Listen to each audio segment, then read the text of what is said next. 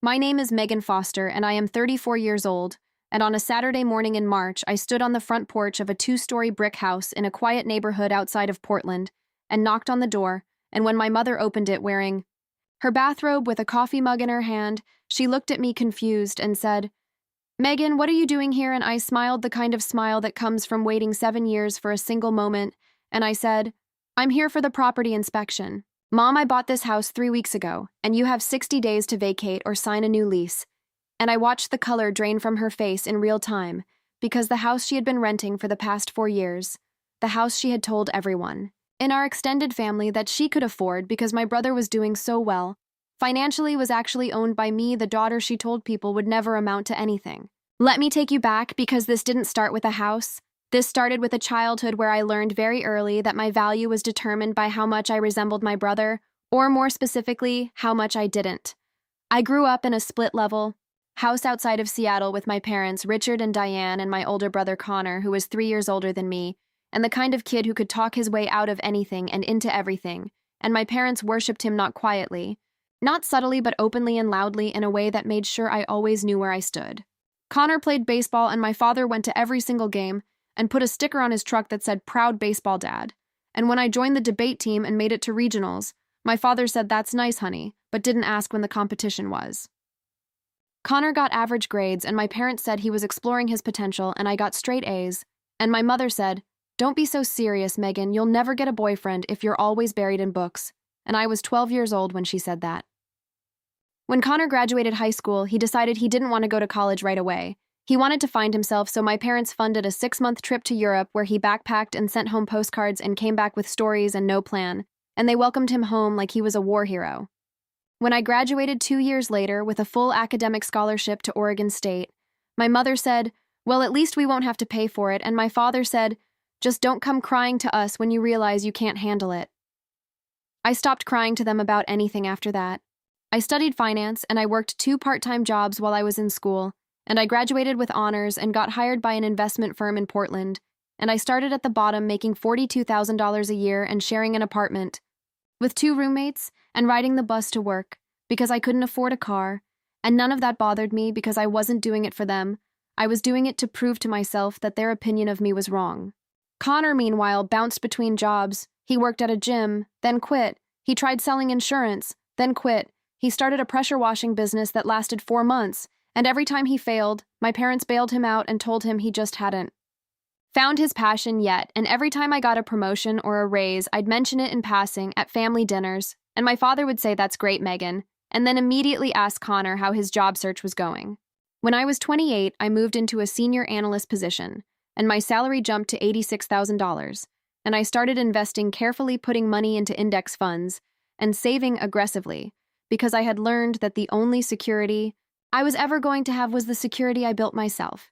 And I didn't tell my family any of this, because their interest in my life had always been performance. They asked questions, so they could say they asked not because they wanted answers. Connor met a woman named Stephanie, and they got engaged, and my parents threw them an engagement party that cost more than my first car. And my mother spent the entire night telling guests that Connor had finally settled down and was working in sales, which made it sound legitimate when in reality he was working part-time at a cell phone store, and Stephanie was the one paying most of their bills. I wasn't asked to be in the wedding party. I was invited as a guest, and I wore a blue dress and sat in the 4th row and smiled when I was supposed to, and left early because no one noticed I was there. 2 years later, my parents called me on a Tuesday night, and my mother said, "Megan, we need to talk about something," and I knew from her tone that they wanted money. And I was right. My father had co-signed a car loan for Connor, and Connor had missed 3 payments, and they were asking me to help cover it. And I said no, and my father said, "What do you mean no? He's your brother." And I said, "He's your son, and you've been covering for him his whole life. I'm not doing it." And my mother said, "I always knew you were selfish, Megan," and she hung up. I paid off my student loans when I was 30. I bought a small condo in Northeast Portland, and I kept working and kept investing.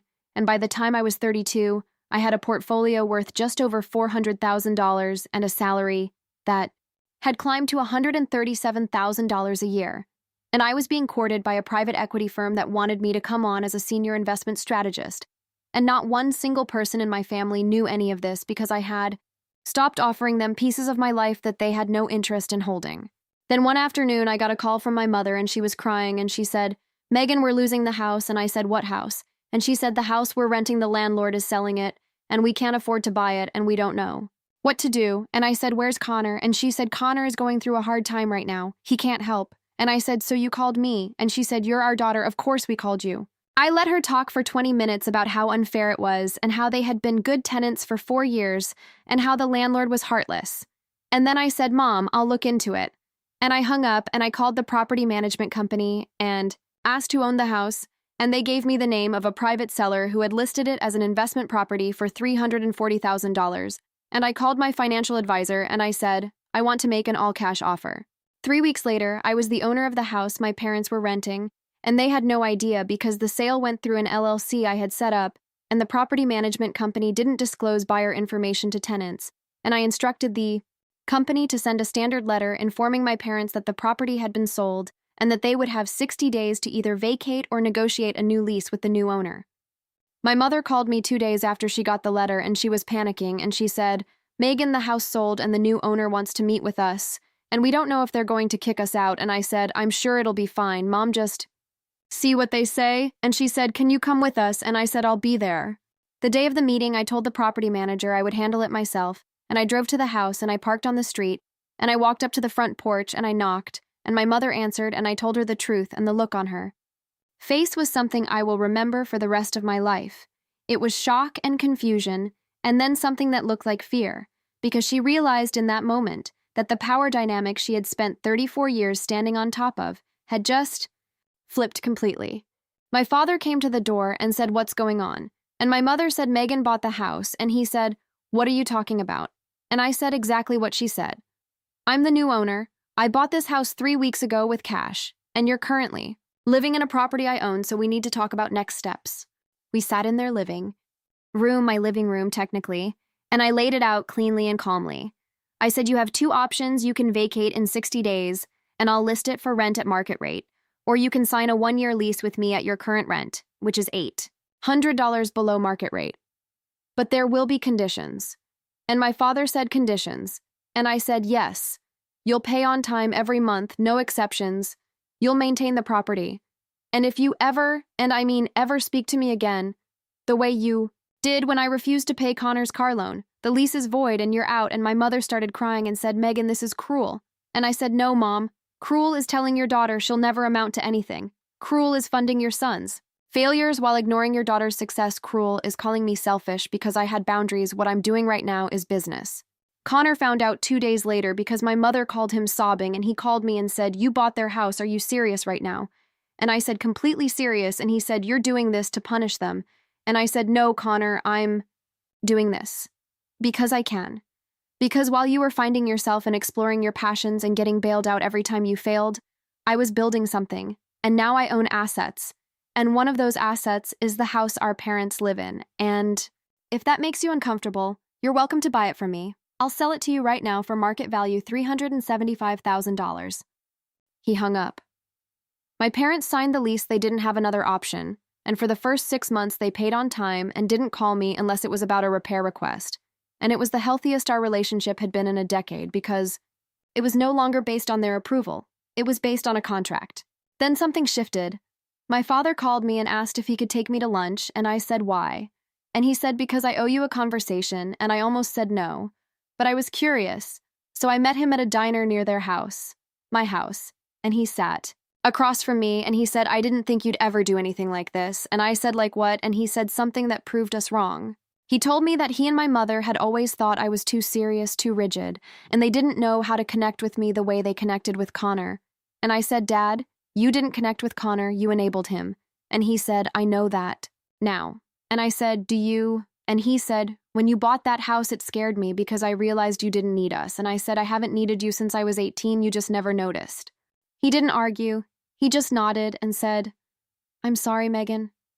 I'm sorry we made you feel like you had to do everything alone, and it wasn't the speech I'd imagined, it wasn't some grand moment of reconciliation, but it was real, and that mattered." My mother took longer. She didn't apologize. She just started asking me questions about my job and my condo and my life. like she was trying to learn a language she'd never bothered to speak. And it was awkward, and sometimes it still is, but it's better than it was. Connor still doesn't speak to me, and I'm fine with that because I spent most of my life watching him take and take and take, and I don't have space for that anymore. I sold the house 2 years later for $410,000, and I gave my parents 6 months' notice and helped them find an apartment they could actually afford. And I made a $70,000 profit on the sale, and I put it toward a down payment on a duplex that I now rent out, and the tenants pay me on time every month and call me ma'am when they have a question, and there's something deeply satisfying about building wealth from the same tools my family used to measure my worth. If you've ever been the child who was overlooked, the one who worked twice as hard for half the recognition, the one who built a life so solid that it scared the people who told you you'd never succeed, I need you to hear this. You don't owe anyone access to your success. Not your parents, not your siblings, not anyone, and the moment you stop asking for their approval and start building anyway, is the moment everything changes. And if they call it cruel or petty or vindictive, when you set boundaries around what you built, you look them in the eye and you remind them that you didn't create the distance they did.